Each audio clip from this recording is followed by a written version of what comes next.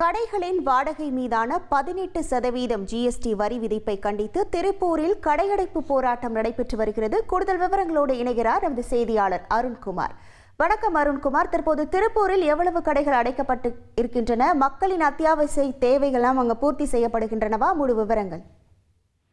வணக்கம். திருப்பூர் மாநகராட்சி சொத்து வரி உயர்வு, குடிநீர் வரி உயர்வு, மின்கட்டண வரி உயர்வு கண்டித்தும் மத்திய அரசின் வாடகை மற்றும் சொந்த கட்டிடங்களுக்கு ஜிஎஸ்டி 18% வரி உயர்வை கண்டித்தும் இன்று இதனால் தங்கள் வாழ்வாதாரம் பாதிக்குது என கூறி திருப்பூர் அனைத்து வியாபாரிகள் சங்கம் மற்றும் அனைத்து தொழில் அமைப்புகள் சார்பில் இன்று காலை 6 மணி முதல் மாலை 6 மணி வரை கடையடைப்பு போராட்டம் நடைபெறுகிறது. இந்த கடையடைப்பில் அனைத்து ஹோட்டல், மளிகை கடை, பேக்கரி, செல்போன் கடைகள், ஸ்டேஷனரி மற்றும் பின்னலாடை தொழில் சார்ந்த அனைத்து கடைகளும் இன்று ஒரு நாள் கடையடைப்பு போராட்டத்தில் பங்கேற்றுள்ளனர்.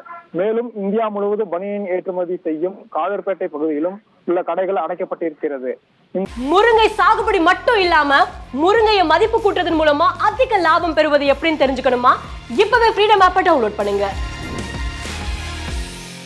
இந்த கடையடைப்பு போராட்டத்தில் சுமார் 2000க்கும் மேற்பட்ட பின்னலாடை நிறுவனங்களும் கடையடைப்பு போராட்டத்தில் பங்கேற்றுள்ளது. மேலும் இந்த கடையடைப்பிற்கு திமுக தவிர அதன் கூட்டணி கட்சிகளான இந்திய கம்யூனிஸ்ட், மார்க்சிஸ்ட் கம்யூனிஸ்ட், காங்கிரஸ் மற்றும் எதிர்கட்சிகளான அதிமுக, பாஜக என அனைத்து கட்சிகளும் அமைப்புகளும் இந்த போராட்டத்திற்கு ஆதரவு தெரிவித்துள்ளனர். திருப்பூர் மாநகராட்சி மட்டுமில்லாது பல்லடம், ஊத்துக்குளி, பெருமாநல்லூர் ஆகிய பகுதியிலும் இந்த போராட்டம் நடைபெற்று வருகிறது. இந்த கடையடைப்பு போராட்டத்தில் சுமார் 1 லட்சத்துக்கும் மேற்பட்ட கடைகள் அடைக்கப்பட்டுள்ளன. இதனால் பொதுமக்கள் பெரிதும் பாதிப்பு அடைந்துள்ளனர். உங்கள் விவரங்களுக்கு நன்றி அருண்குமார்.